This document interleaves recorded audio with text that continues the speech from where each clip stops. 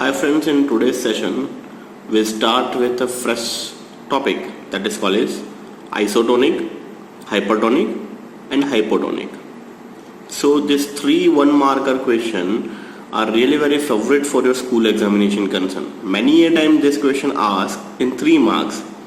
Discuss or define isotonic, hypertonic and hypotonic solutions with suitable example each. So without wasting much time, here in case last session हमने already osmosis पढ़ लिया हुआ है, तो osmosis से एक topic आगे है when two solution having the same osmotic pressure. समझिए, two solution having the same osmotic pressure at given temperature are known as isotonic solution. So isotonic का definition क्या होगा? When two solution having a same osmotic pressure is known as isotonic solution. When such solution are separated by semi-permeable membrane, no osmosis takes place. So basically क्या होगा? दोनों का osmotic pressure same है. जो अगर osmotic pressure same है तो there is no osmosis takes place. No net flow of pressure pass through the less solute to the solvent one. Means lower concentration से higher concentration और higher से lower जाएगा ही नहीं. Just because both having the same osmotic pressure. For example, our blood cell are isotonic with 0.9% mass by volume sodium chloride solution called normal saline solution, so it is safe to inject intravenously. अब ये point अगर आप अच्छे से समझ लोगे तो नीचे के सारे पॉइंट क्लियर हो जाएंगे. Our blood cells are isotonic means blood cells का जो प्रेशर है, ब्लड सेल के अंदर ऑब्वियसली फ्लूइड होगा, जो फ्लूइड का प्रेशर है वो same pressure 0.9% mass by volume. Mass by volume का मतलब क्या होगा? 0.09 gram of NaCl dissolved in 100 ml of water. So 0.9% mass by volume solution of NaCl, उसका जो प्रेशर बनेगा वो एंड जो फ्लूइड प्रेजेंट है सेल के अंदर, उन दोनों का सेम ऑस्मोटिक प्रेशर है. ये आपको यहाँ पे समझ लेना है. तो this is the example of isotonic solution. अब मान लीजिए ब्लड सेल का ज्यादा होगा और NaCl का कम होगा और वाइस वर्सा, तो ये एग्जांपल हो जाएगा आपका hypertonic and hypotonic. Hyper name itself suggests higher concentration, hypo means lower concentration. So next definition की तरफ जाते हैं. A solution having a higher osmotic pressure then another is called hypertonic solution. A solution having higher concentration or higher osmotic pressure to this other one, that is called hypertonic solution. While a solution having lower osmotic pressure then another one is known as hypotonic.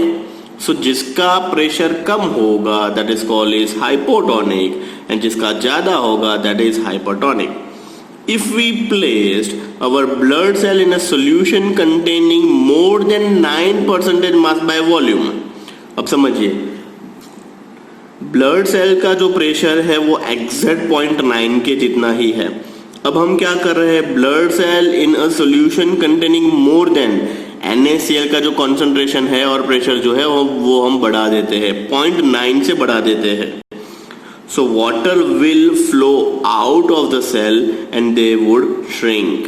तो basically क्या हो जाएगा? बाहर का concentration ज्यादा है तो lower concentration always higher concentration की तरफ एक्वायर होना चाहेगा, तो ब्लड सेल के अंदर का जो फ्लूइड है वो बाहर निकल जाएगा एंड सेल जो है वो श्रिंक हो जाएगा. And another hand, if there are placed in a solution containing less than 0.9, अब कॉन्सेंट्रेशन क्या कर रहे हैं हम? 0.9 से कम कर रहे हैं. So water will flow into the cell and they swell up.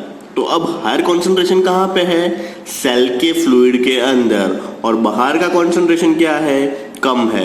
तो lower concentration always try to acquire by higher concentration. तो बाहर का जो पानी है मीन्स NaCl का सोल्यूशन है वो सेल के अंदर जाने का ट्राई करेगा and due to this cell जो है वो स्वेल अप मीन्स फूल जाएगा.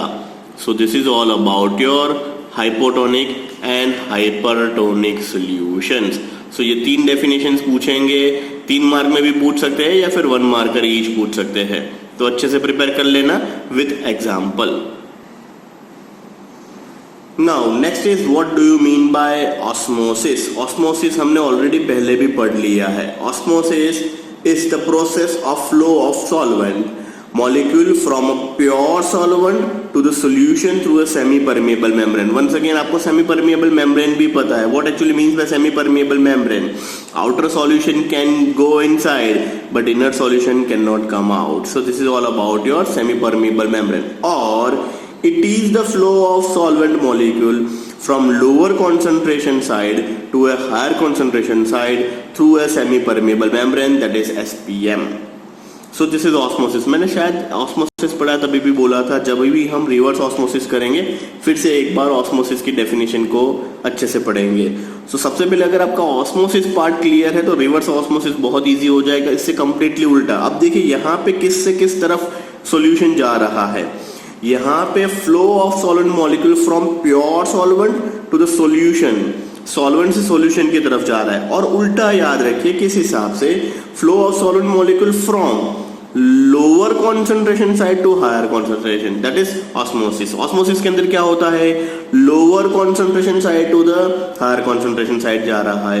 अब देखिए रिवर्स ऑस्मोसिस। रिवर्स ऑस्मोसिस क्या बता रहा है आपको, रिवर्स ऑस्मोसिस आपको बता रहा है the direction of osmosis can be reversed if a large pressure then the osmotic pressure is applied। अब क्या करना है, हमें डायरेक्शन चेंज कर देना है। तो कैसे चेंज करेंगे, आपको प्रेशर बढ़ाना पड़ेगा। If we increase the pressure, किससे इंक्रीज करेंगे, ऑस्मोटिक प्रेशर है उससे इंक्रीज करेंगे। So the direction of osmosis can be reversed if the pressure is larger than the osmotic pressure is applied to the solution side. Now the pure solvent flows out in the solution through a semi permeable membrane. This phenomenon is called reverse osmosis. Reverse osmosis is nothing but RO. RO means आपके घर पे जो पानी आप purify करते हैं वही system है। समझिए आपके घर में भी क्या होता है, टैप में से पानी अंदर जाता है, मेम्ब्रेन के अंदर हाई प्रेशर थ्रू निकलता है। अब जैसे ही RO का स्विच ऑन करते हैं इमीडिएटली एक छोटी सी पाइप होगी जो RO को लगते हुए सिंक में जाती है। तो वो क्या है, जो एक्सेस प्रेशर आपने दिया हुआ है that is nothing but salt water.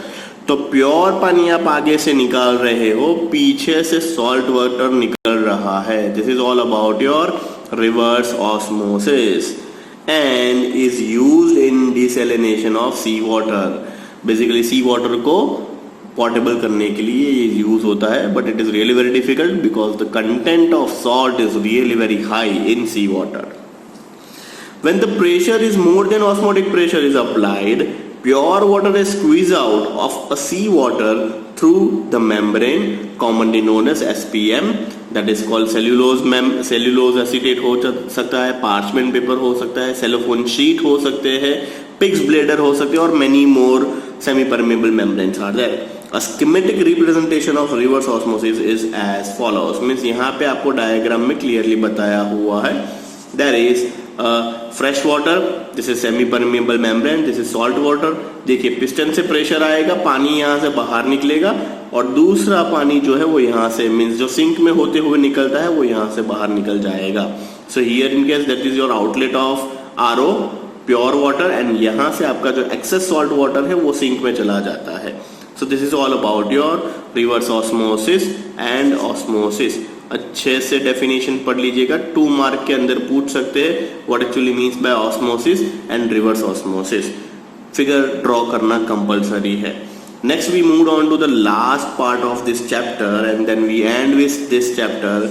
Last part is all about your abnormal molar mass और उसको बोलेंगे हम van't of factor. Van't Hoff scientist ने ये सबसे पहले ढूंढा था, इसीलिए इसका नाम है want of factor. So abnormal molar mass, the molar mass obtained by this colligative property is incorrect। जो हम ढूंढ रहे हैं वो जनरली सही नहीं है। If there is a association or there is a dissociation of particle, Such molar mass are called abnormal molar masses. तो abnormal molar masses का definition क्या है? The molar mass we obtained by this colligative property. Colligative property का मतलब कौन कौन सी? सबसे पहले lowering the vapor pressure, दूसरा हमने पॉइंट पढ़ा एलिवेशन ऑफ बॉइलिंग पॉइंट, तीसरा फ्रीजिंग पॉइंट डिप्रेशन एंड चौथा पढ़ा ऑस्मोटिक प्रेशर. उससे जो हम मेजर करते हैं, जो अगर मॉलिक्यूल के अंदर एसोसिएशन और डिसोसिएशन होगा तो एक्चुअल मोलर मास हमें नहीं मिलेगा. So for acetic acid dimerization in benzene and due to this hydrogen bonding, तो एसिटिक एसिड के केस के अंदर क्या हो रहा है? एसोसिएशन. अब एसोसिएशन कैसे होता है डिस्कशन करते हैं. सो बेसिकली ये हमारा है एसोसिएशन. एसोसिएशन के अंदर क्या होता है? When 2 moles of acetic acid on equilibrium, it's converted into CH3COOH twice, that is nothing but the dimer. ये डाइमर भी हो सकता है. Trimer and tetramer is really very rare. So trimer and tetramer बहुत ही कम देखने को मिलेंगे. जनरली हमें 99% केसेस के अंदर डाइमर ही मिलेंगे. अब ये डाइमर कैसे हाइड्रोजन बॉन्डिंग के साथ जुड़ते हैं? Means if you start your reaction with 2 moles of acetic acid but when you put it into this benzene, acetic acid को जैसे ही बेंजीन के अंदर डालोगे, एसिटिक एसिड एक दूसरे के साथ हाइड्रोजन बॉन्डिंग बनाने के बाद डाइमर फॉर्म करेगा. कैसे? तो ये देखिए नीचे पिक्चर और डायग्राम मैंने बताया हुआ है. This is CH3COOH, that is 1 mole of acetic acid, CH3COOH, that is another mole of acetic acid. तो ये ऑक्सीजन एंड हाइड्रोजन के बीच में हाइड्रोजन बॉन्डिंग बन रहा है. मीन्स सेकेंड स्पीशीज का कीटोनिक पार्ट का oxygen that is electron negative और ये OH का H, इन दोनों के बीच में हाइड्रोजन बॉन्डिंग बनेगा. लाइकवाइज सेकेंड स्पीशीज का OH एंड फर्स्ट स्पीशीज का C डबल बॉन्ड O, ये electron negative species, this is partially positive and due to this there is a hydrogen bonding takes place. So बाहर 2 mole of acetic acid है but solution के अंदर जाने के बाद वो सिंगल डाइमर बन चुका है. सो हियर इन केस जो एक्चुअल मोलर मास जो होगा वो मोलर मास यहाँ पे चेंज हो जाएगा, just because here in case acetic acid are associate with each other, एक दूसरे के साथ जुड़ने के बाद. अब ये 2 मॉलिक्यूल नहीं है, mind well, this is dimer means 1 single molecule बन चुका है. This is dimer means single molecule बन चुका है. यहाँ पे क्या थे? 2 mole of acetic acid, but ये एक सिंगल बन चुका है, that is dimer. So here in case will discuss about association part. ऐसा ही एक पार्ट है डिसोसिएशन. सो अब हम स्टार्ट करते हैं डिसोसिएशन. तो डिसोसिएशन के अंदर क्या होता है? When I add 1 mole of NaCl in water, so basically what happen? NaCl is goes to the solution, means solvent के अंदर जाएगा एंड कन्वर्ट हो जाएगा 1 mole ऑफ Na++Cl-. So here in case NaCl when dissociate in water, you have 2 moles of iron, 1 mole of Na plus 1 mole of Cl-. तो यहाँ पे I क्या है? want of factor है. want of factor I क्या बन जाएगा? 2. Why? Because NaCl when goes to the solvent it's converted into 2 ion pair. Next BaCl2, 1Ba plus 2 and 2Cl minus, तो I हो जाएगा आपका 3. Likewise AlCl3 is converted to 1Al plus 3 and 3Cl minus, I बन जाएगा 4. Last K2SO4, 2K plus plus 1SO4, once again I is equal to 3. So here in case this all species when dissociate in water, they converted into ion, pairs of ion, and due to this I is always greater than 1. So most important बात association और dissociation में जो discussion करनी थी वो थी I, that is van't of factor. So जो van't of factor for association है वो ऑलवेज लेस देन 1 होगा. I is always less than 1 in case of association. Why? Just because if we start with 2 mole of acetic acid, when it's converted into solvent के अंदर जाएगा तो वो 1 बन जाएगा. तो ये ऑलवेज अगर 1 मोल से स्टार्ट करोगे तो 0.5 बन जाएगा. तो I is always 1 in case of association. So association में जो अगर डाइमर है तो I की वैल्यू होगी हाफ, अप्रोक्सीमेटली 0.5 के आसपास मिलेगा.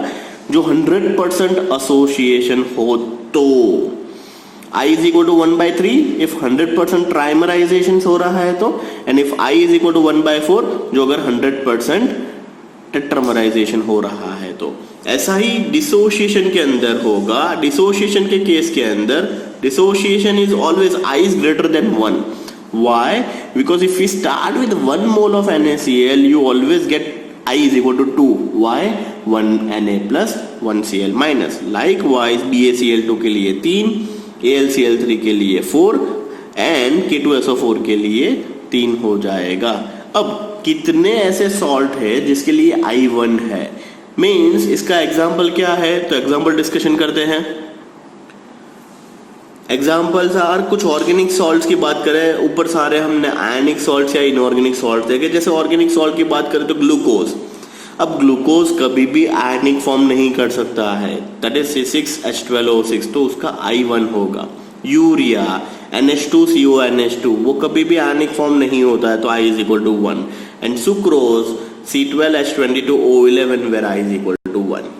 सो ऐसी कोई स्पीशीज, ये सारी स्पीशीज भी पानी के अंदर घुल जाती है, समझिए. ग्लूकोज, यूरिया एंड सुक्रोज पानी के अंदर इजीली सॉल्युबल है, बट वो कभी भी पेयर्स ऑफ आयन में कन्वर्ट नहीं होते. मीन्स कार्बन 6+ और हाइड्रोजन प्लस और ऑक्सीजन माइनस, ऐसा कुछ आयन जनरेशन नहीं हो रहा है.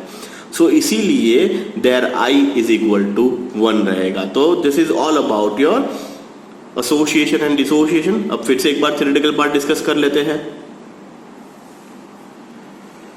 So, in order to correct the abnormal molar masses, want of introduce a factor called want of factor. Want of factor को कैसे डिफाइन किया जाता है? तो उसको डिफाइन किया जाता है I से. तो फॉर्मूला क्या है? I is equal to normal molar mass divided by abnormal molar mass. Means normal molar mass आप किस हिसाब से काउंट करोगे? तो आप सिंपल 11th स्टैंडर्ड में जो मोलिकुलर फॉर्मूला फाइंड करते थे इस हिसाब से. और एबनॉर्मल आपको गिवन डेटा से इक्वेशन से ढूंढना पड़ेगा. और I is equal to observed colligative property divided by calculated colligative property. Observed colligative property ये कॉमन टर्म लिखा हुआ है. colligative property का मतलब फ्रीजिंग पॉइंट डिप्रेशन हो सकता है, बॉइलिंग पॉइंट एलिवेशन हो सकता है, और लोअरिंग द वेपर प्रेशर हो सकता है, या osmotic pressure. Means observed freezing point divided by calculated freezing point हो सकता है, observed boiling point divided by calculated boiling point भी हो सकता है. And last most important, I is equal to total number of moles of particle after association or dissociation. either association होगा या फिर dissociation, but here in case after word पे emphasize कर रहा हूं मैं. total number of moles of particles after association or dissociation divided by number of moles of particles before association or dissociation. So this is all about your formula want of factor I. So in case of association जो हमने discuss किया, the value of I is always less than 1, and in case of dissociation the value of I is greater than 1. Thus for NaCl I is equal to 2, K2SO4 3, CaCl2 is 3, and for acetic acid in benzene I is equal to half. Why half? Just because dimerization हो रहा है. तो जितनी भी colligative property हमने अभी तक पढ़ी वो अब चेंज हो जाएगी in terms of want of factor. Change क्या होगा? खाली सभी फॉर्मूला के आगे I लग जाएगा. देखिए रिलेटिव द लोअर प्रेशर का फाइनल फॉर्मूला क्या था? P10 upon P1 is equal to, अगर I नहीं है तो ये था W2M1 divide by M2 into W1. तो अब आगे I लग चुका है. Second elevation of boiling point का क्या था? Delta TB is equal to KB into M, but KB के आगे I KB into M. Depression in freezing point is delta TF is equal to I KF into M. And last osmotic pressure pi is equal to ICRT. अब आपको question लगेगा कि sir I कब use करना है और without I का equation कब यूज करना है. मीन्स जब भी आपको स्टेटमेंट के अंदर सॉल्ट दिया हो और लिखा हुआ हो कि assume that salt are completely dissociate, means word पे एम्फेसाइज किया है डिसोशिएशन, तो डिसोशिएशन मीन्स I लगेगा. मान लीजिए ऐसा कुछ न्यूमेरिकल होगा कि भाई K2SO4 is completely dissociate and due to this osmotic pressure is this, means pi is equal to खाली CRT यूज नहीं करना है, pi is equal to ICRT use करना है. सो ये कंफ्यूजन क्रिएट होगा, इसीलिए ये सेशन अच्छे से पढ़ लीजिएगा. तो जहां जहां कंप्लीट डिसोशिएशन वर्ड यूज किया है वहां पे हमें I यूज करना है. सो this is all about your today session. Most important part पर हमने आज पढ़ा, that is called is association and dissociation and want of factor. So this is all about chapter number 2. Here we end with chapter number 2. Thank you.